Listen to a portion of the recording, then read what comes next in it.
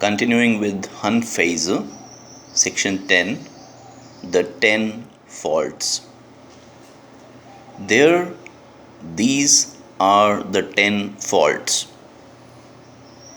First, to practice petty loyalty and thereby betray a larger loyalty. 2. To fix your eye on a petty gain and thereby lose a larger one. 3. To behave in a base and willful manner and show no courtesy to the other feudal lords, thereby bringing your own downfall. To give no ear to government affairs but long only for the sound of music, thereby plunging yourself into distress. To be greedy, perverse, and too fond of profit, thereby opening the way to the destruction of the state and your own demise. To become infatuated with women musicians and disregard state affairs, thereby inviting the disaster of national destruction. To leave the palace for distant travels, despising the remonstrance of your ministers, which leads to grave peril for yourself. 8. To fail to heed your loyal ministers when you are at fault, insisting upon having your own way, which will in time destroy your good reputation and make you a laughing stock of others. To take no account of internal strength but rely solely upon your allies abroad, which place the state in great danger of dismemberment. To ignore the demands of courtesy, though your state is small, and fail to learn from the remonstrance of your ministers, acts which lead to the downfall of your line. First, what do I mean by petty loyalty? Long ago, when King Kong of Chu fought with Duke Li of Qin at Yanling, the Chu army was defeated and King Kong was wounded in the eye. When the battle was at its fiercest, the Chu commander of the army, Zi Fan, grew thirsty and called for a drink. His page Ku Yang came forward with a flagon of wine and presented it to him. "Get away from me," said Zi Fan. "That's wine you have?" But Ku Yang insisted it was not wine until Zi Fan finally accepted it and drank it. Zi Fan was the kind of man who is so fond of wine that once he had tasted it, he could not stop until he had gotten drunk. Meanwhile, the battle came to an end, and King Kong, hoping to resume it again the next day, sent an order summoning the commander Zi Fan. But Zi Fan excused himself, saying that he had a pain in his heart. King Kong mounted his carriage and went in person to see Zi Fan, but when he entered the curtains of Zi Fan's tent and smelled the wine fumes, he turned about and left. "Even I myself was wounded in today's battle," he said, "and yet my commander, whom I most relied on, is drunk like this. He brings destruction to the sacred altars of the state of Chu and has no pity upon my men. I will not fight again." With this, he withdrew his armies from the field and left, beheading Zi Fan in punishment for the terrible crime he had committed. Thus, when the page Ku Yang presented the wine, he had no thought of enmity for Zi Fan. His heart was filled only with loyalty and love for his commander. And yet he ended by killing him. This is what it means to practice petty loyalty and thereby betray a larger loyalty.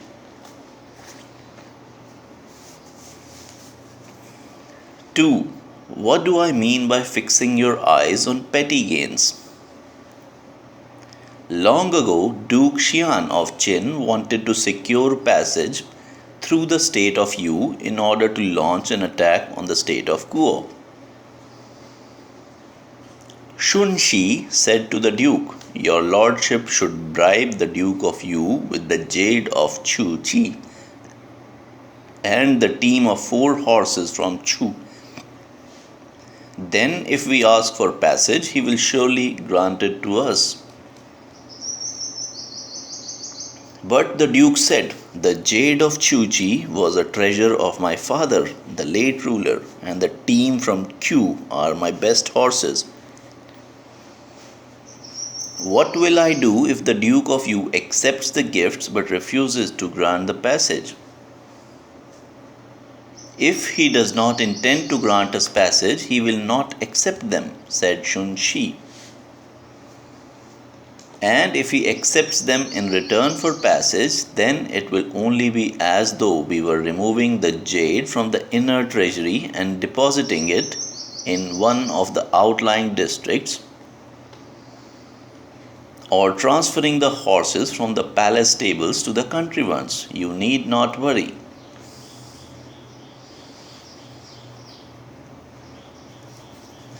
"Very well," said the Duke, "and send Shun Shi with the jade of Chu Qi and team from Q to bribe the Duke of Yu for passage."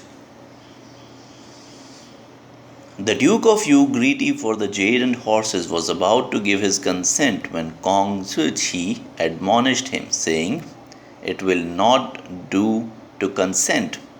Kuo is to you as the jewels to the jawbone. The jewels depend on the jawbone, and the jawbone depends on the jewels. And you and Kuo stand in the same relationship. If you grant him passage, then Kuo will be destroyed in the morning, and you will follow it at eventide. It will not do. I beg you not to consent." But the Duke of Yu refused to listen to him and granted passage to Jin. Shun Shi attacked and conquered Kuo, and 3 years after the expedition, he once more called up the troops and attacked and conquered Yu as well. He then brought the horses and the jade back to Duke Xian. The Duke was pleased and remarked, "The jade is as good as ever, and the teeth of the horses are even longer than before."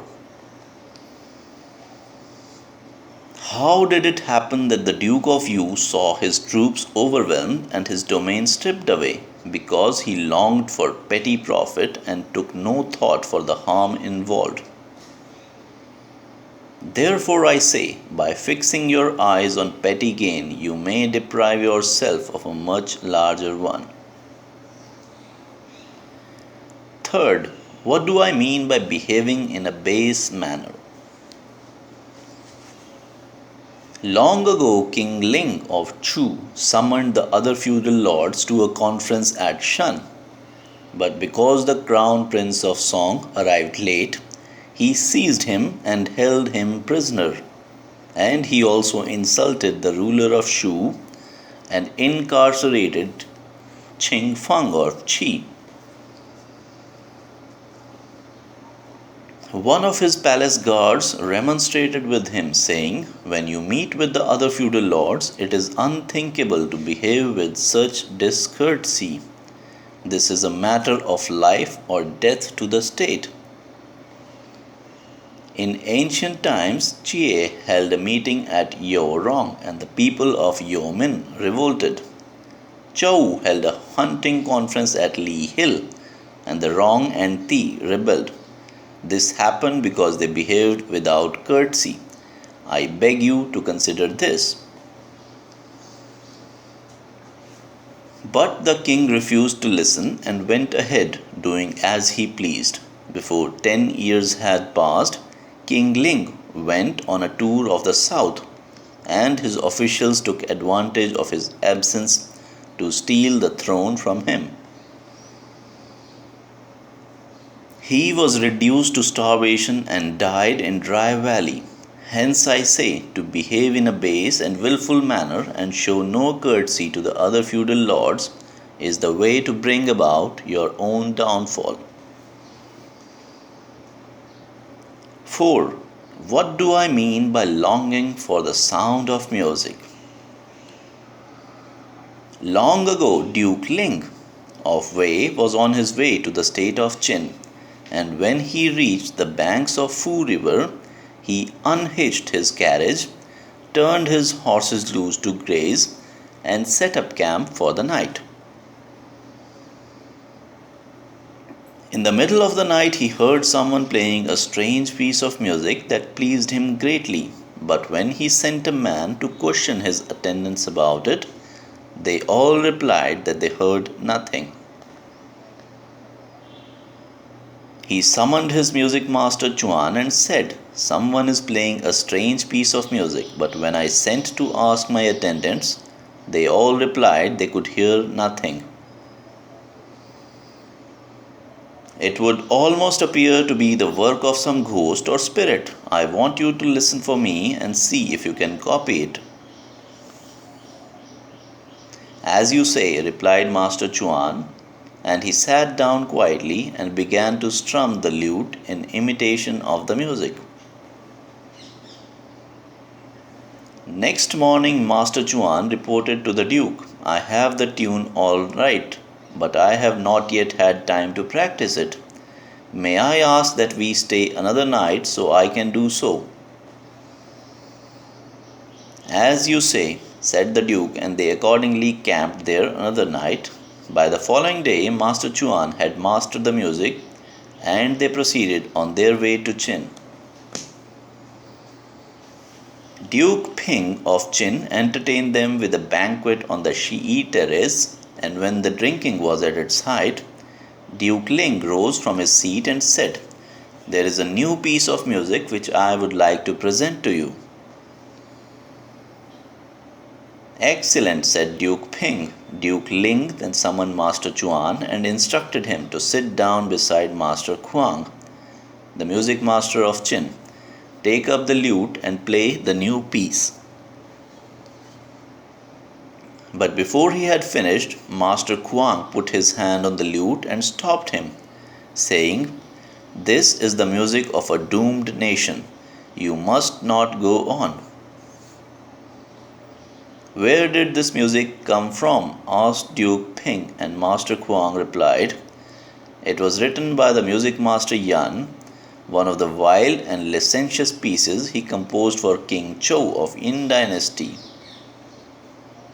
When King Wu attacked King Zhou, Master Yan fled to the east, and when he reached the Fu River, he threw himself into it.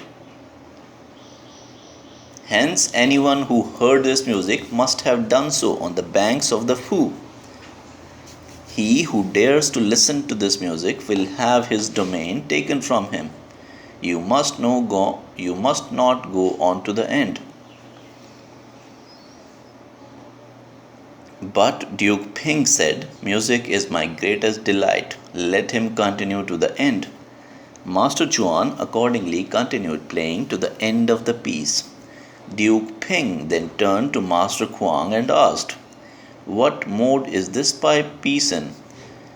"It is in the pure Shang mode," said Master Huang. "Is this the saddest of all the modes?"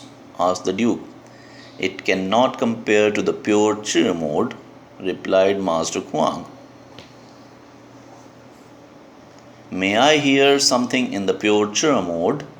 asked the Duke, but Master Huang replied, "That is impossible. Those in ancient times who listened to the pure Chi mode were all rulers of virtue and righteousness. But you, my lord, are still deficient in virtue. You are not worthy to hear it." "Music is the only thing I delight in," said Duke Ping. "I beg you to let me hear a sample of it." Master Huang, unable to refuse, took up the lute and began to play. As he played through the first section of the music, twice times 8 black cranes appeared from the south and gathered on the ridge pole of the gallery gate. As they played through the second section, they arranged themselves in a file. As he played through the third section, they stretched their necks and began to cry, beating their wings and dancing. Their voices matched the music of the gong and shang modes, and the sound of their singing reached to the heavens. Duke Ping was overjoyed, and all who sat with him were filled with delight. The Duke seized a fine cup and, raising to his feet, proposed a toast to Master Huang's happiness and long life. Then he returned to his seat and asked, "Is there no mode that is sadder than the pure Chua?" "The pure Chue is even sadder," replied Master Huang. "May I hear something in pure Chue?"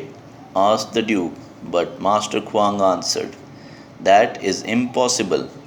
In ancient times, the Yellow Emperor called the spirits together on top of Mount Thai, riding in an ivory carriage drawn by 6 dragons. The god Pifang keeping pace with the linchpin, the god Chiu stationed before him, the wind Earl to sweep away, the rain master to sprinkle the road, tigers and wolves in the vanguards, ghosts and spirits behind, writhing serpents on the ground below, phoenix soaring above. He called the spirits to a great assembly and created the music of the pure Chue mode. But you, my lord, are still deficient in virtue. You are not worthy to hear it. If you were to hear it, I fear some misfortune will come along." But Duke Ping replied, "I am an old man, and the only thing I long for is music. I beg you to let me hear it anyway." Master Huang, unable to refuse, began to play. As he played the first section of the music, black clouds began to rise from the northwest. With the second section, a fierce wind came forth, followed by a violent rain that tore the curtains and hangings on the terrace, overturned the cups and bowls, and shook down the tiles from the gallery roof.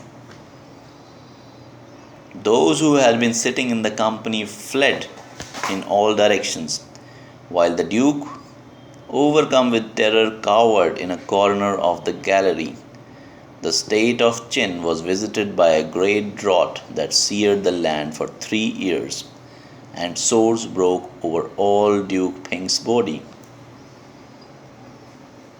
Hence I say to give no ear to government affairs, but to long ceaselessly for the sound of music is the way to plunge yourself in distress. 5. What do I mean by greed and perversity? Long ago, Chi Po Yao led the troops of Zhao, Han, and Wei in an attack on the Fan and Chonghang families and wiped them out. After returning to his territory, he disbanded his troops for a few years and then sent one of his men to request territory from the state of Han. Viscount Kang of Han wished to refuse the request, but Tuan Kuei admonished him, saying, "It will not do to withhold the territory. Chirpo is the kind of man who cares only for gain, and he is arrogant and perverse. If he comes to us with a demand for territory and we refuse to grant it, he will be sure to send troops against us. I hope therefore you will give him what he wants. If so, he will become accustomed to getting his way and will make similar demands for land from the other states. Some of them will surely refuse him, and when they do so, he will be bound to send troops against them. In this way, we can escape danger ourselves and sit back to wait for some change in the situation." You are right, said Viscount Kung, and ordered his envoy to present Chirpo with a district of 10,000 households. Chirpo, much pleased, proceeded to send his men to the state of Wei to demand territory. Viscount Xuan of Wei wished to refuse, but Chao Chia admonished him, saying, he requested territory from Han, and Han gave it to him. Now he has come to us with the same request. If we refuse him, it will appear that we believe our state to be so strong internally that we are willing to incur the anger of Chirpo abroad. For should we refuse him, he will certainly send his troops against us. It would be best, therefore, to grant him the territory. As you say, said Viscount Xuan, and he ordered one of his men to turn over to Chirpo a district of 10,000 households. Chirpo then sent a men to the state of Chao to demand the territories of Sai and Kaolang. Viscount Xiang of Chao refused to give them to him, and Chirpo accordingly made a secret alliance with Han and Wei to launch an attack on Chao. Viscount Xiang summoned Chang Mang Thun and explained the situation to him, saying, Chirpo is by nature friendly on the surface but secretly cold and distant. 3 times he has exchanged envoys with Han and Wei, and yet I have not been included in the discussions. It is certain that he is about to dispatch troops against me. Where would be a safe place for me now to take up residence? Chang Mang Thun replied, Tong Kuan Yu, who was one of the ablest ministers of your father, Lord Jian, governed the city of Qinyang, and later In Tuo took over and followed his way, so that the influence of their good work still remains there. I would urge you to consider no other place but Qinyang. Very well, said the Viscount, and summoned Yanling Shang, ordering him to lead the army carriages and cavalry ahead to Qinyang, and he himself followed later.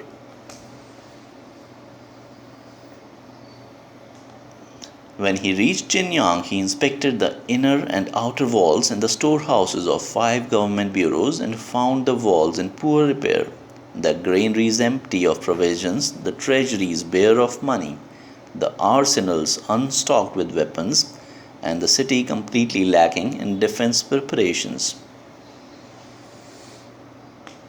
Much alarmed, he summoned Chang Mang Thun and said, I have inspected the walls and storehouses of 5 bureaus, and I find them completely unprepared and unstocked. How am I to hold off an enemy? I have heard, replied Chang Mang Thun, that when a sage governs the stores, he stores wealth among the people, not in the granaries and treasuries, and he works to train the people in their duty, not to repair walls and battlements. I suggest that you issue an order instructing the people to lay aside 3 years' supply of food, and if they have any grain left over, to bring it to the granaries.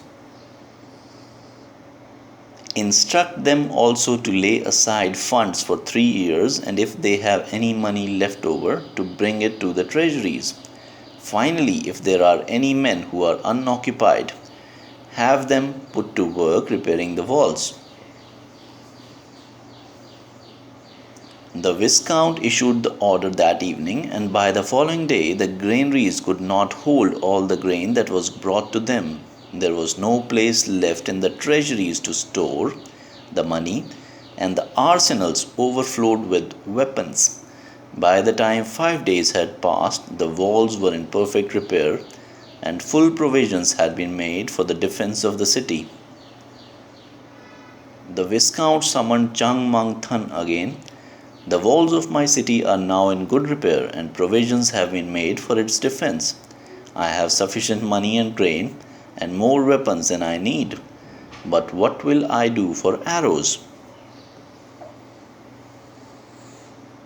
Chang Mangthan replied, I have heard that when Master Tong governed Qingyang, he had the fences of all the public buildings planted with rows of cane and thorn bushes, some of which have grown very tall by now. You could cut them and use them. The Viscount accordingly had some of them cut and tried out, and he found them of a hardness that could not be surpassed even by the stoutest Junlu bamboo. I have enough arrows now, said the Viscount, but what will I do for metal? Chang Mangthang replied, I have heard that when Master Tong governed Qingyang, he had the pillars and bases in the main halls of the public buildings and lodges made out of refined copper.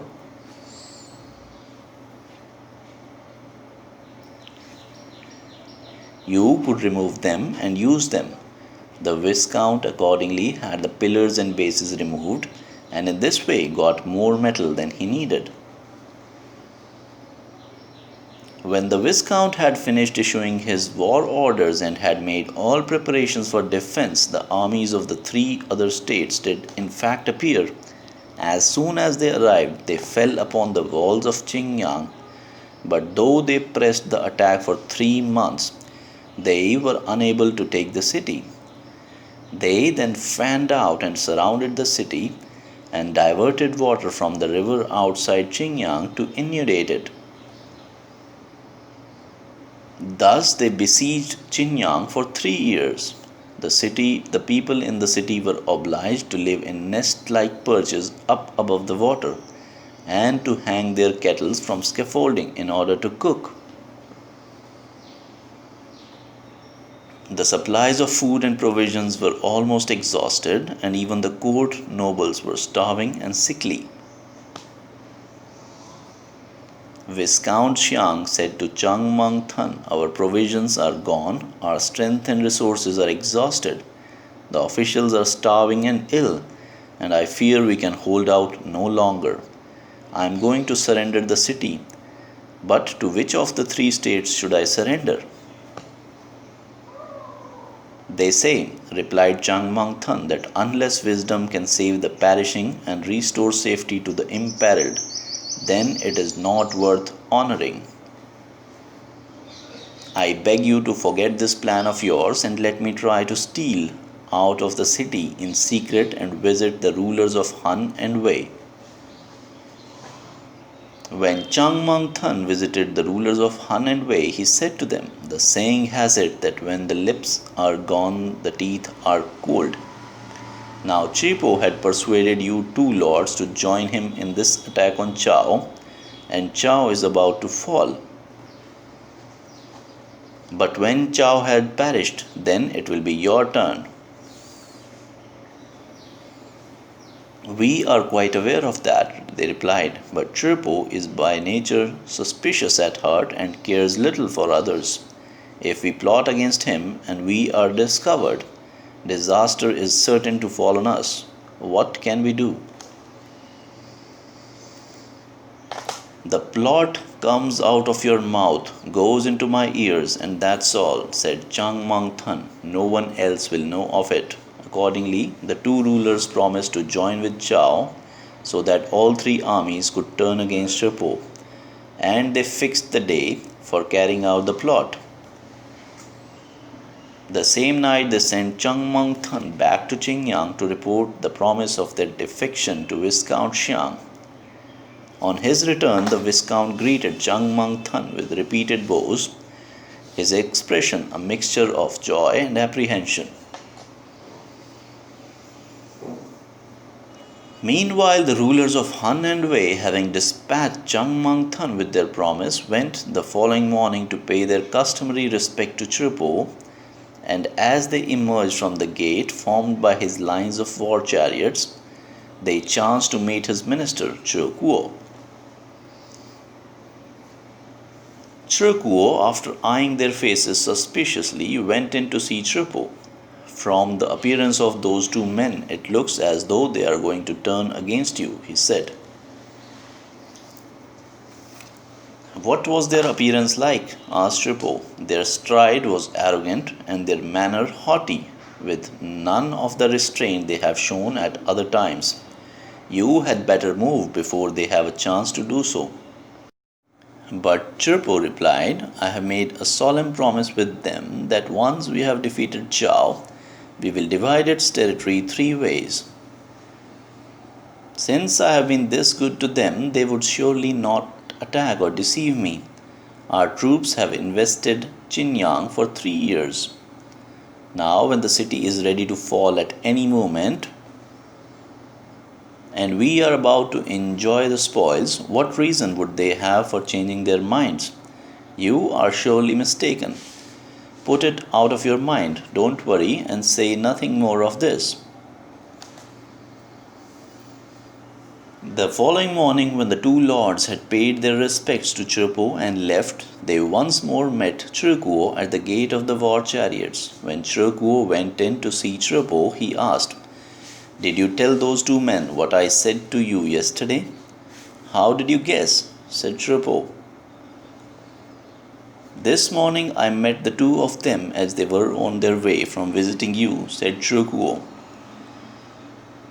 As soon as they saw me, their faces changed and they stared hard at me. They are certain to revolt now. You had better kill them. But Chirpo replied, Leave the matter alone and say nothing more about it. That will not do, insisted Chirkuo. You must kill them. Or else if you can't bring yourself to kill them, then you must do something to win their friendship. And how should I win their friendship? Asked Chirpo. Chirkuo replied, The Lord of Wei has a minister named Chao Chia, whom he consults in matter of policy, and Lord of Han had a similar minister named Tuan Kuei. Both these men have the power to talk their lords into changing their plans. You should make a promise to the lords of these two ministers that once Chao had been defeated, you will enfoff each of them with a district of 10,000 households. If you do this, then the two rulers will think no more of turning against you.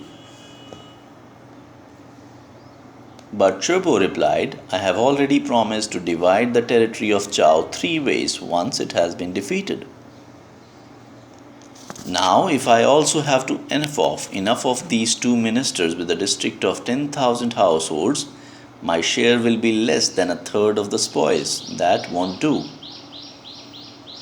Chirkuo, seeing that his advice was not going to be heeded, left and also took the precaution of changing his family name to Fu. When the evening of the day appointed for the execution of the plot came, the men of Chao killed the guards who were patrolling the river dikes and broke open a passage so that water would inundate Chirpo's army. In their efforts to stop the water, Chirpo's men were thrown into confusion, and Han and Wei fell upon them from either side, while Viscount Xiang of Chao led his soldiers in a frontal attack. Together they inflicted a severe defeat on Chirpo's army and took Chirpo prisoner. Thus Chirpo was killed, his army defeated, his territory divided into three parts, and he became the laughing stock of the world. So I say, to be greedy, perverse, and too fond of profit opens the way to the destruction of the state and your own demise.